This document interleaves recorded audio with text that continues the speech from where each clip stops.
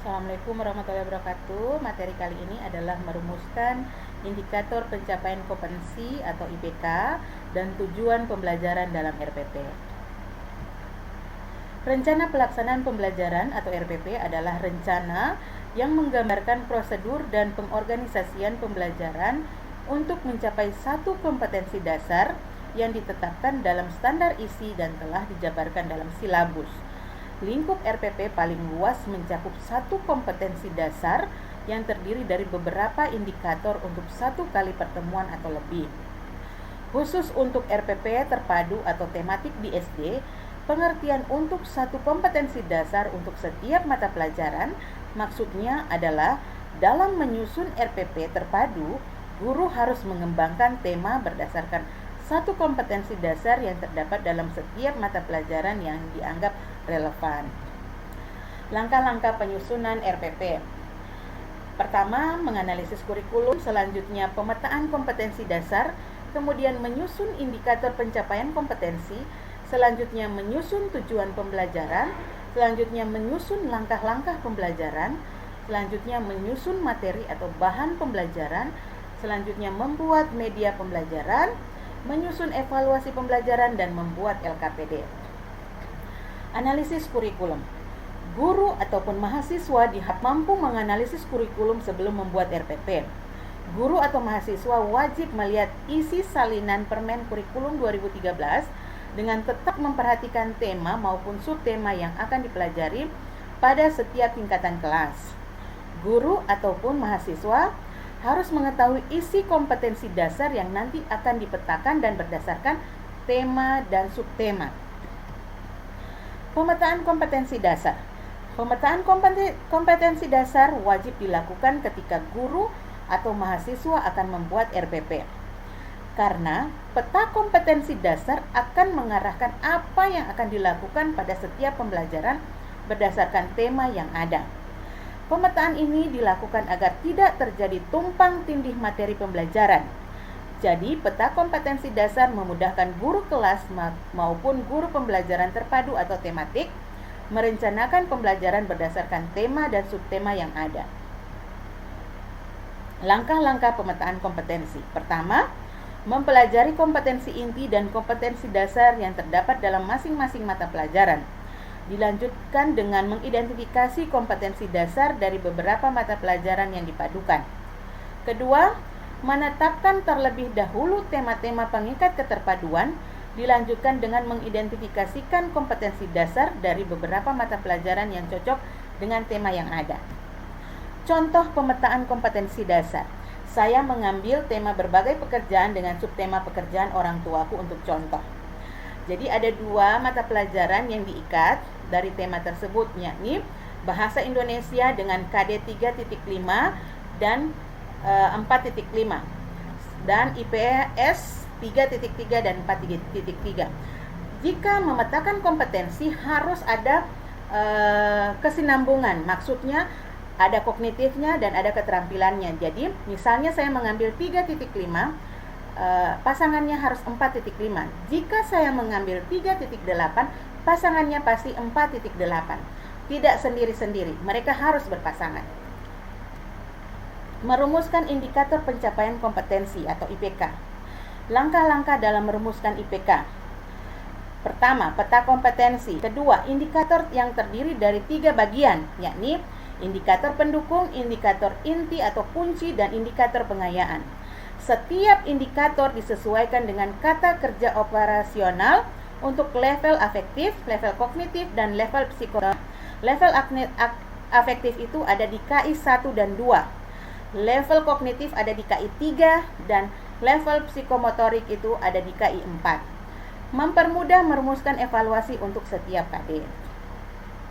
Ini ada KKO untuk level afektif. Jadi ini ada untuk KI 1 dan 2. Ini level kognitif, ini untuk KI 3. Dan ini level psikomotorik, ini ada di level 4. Contohnya seperti yang tadi saya ambil bahasa Indonesia.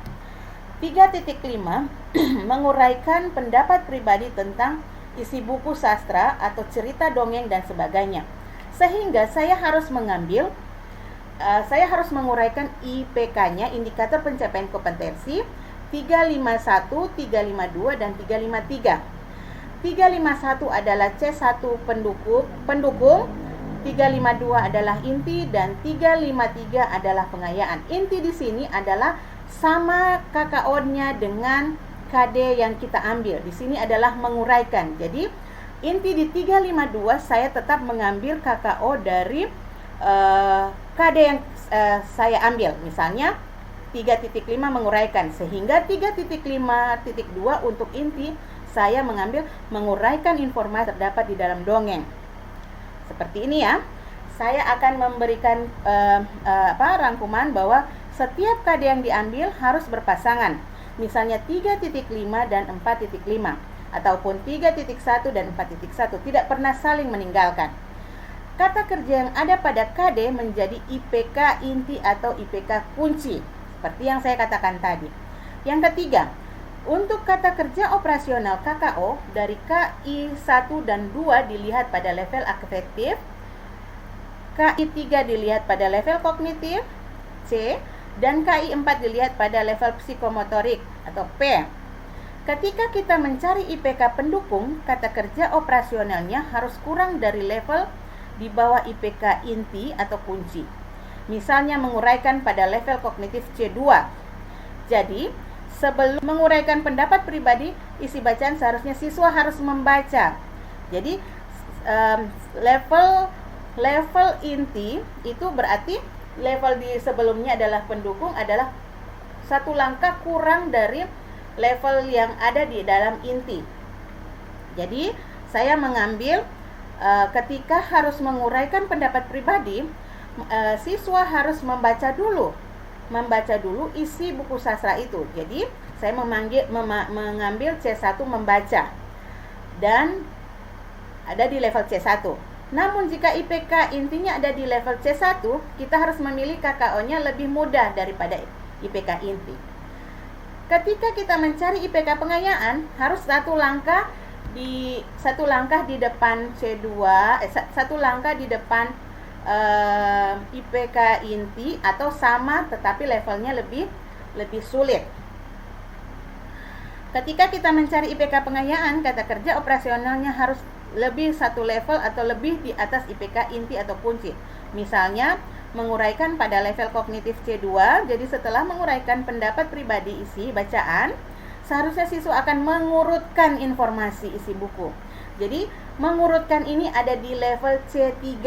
Jadi saya tulis di situ C3 pengayaan. Mengurutkan ada di level C3. Selanjutnya untuk 4.5. KD 4.5 mengomunikasikan pendapat pribadi tentang isi buku sastra yang dipilih dan dibaca sendiri secara lisan dan tulisan didukung oleh alasan. Pertama, cara membuat IPK sama dengan langkah pada KD 3.5.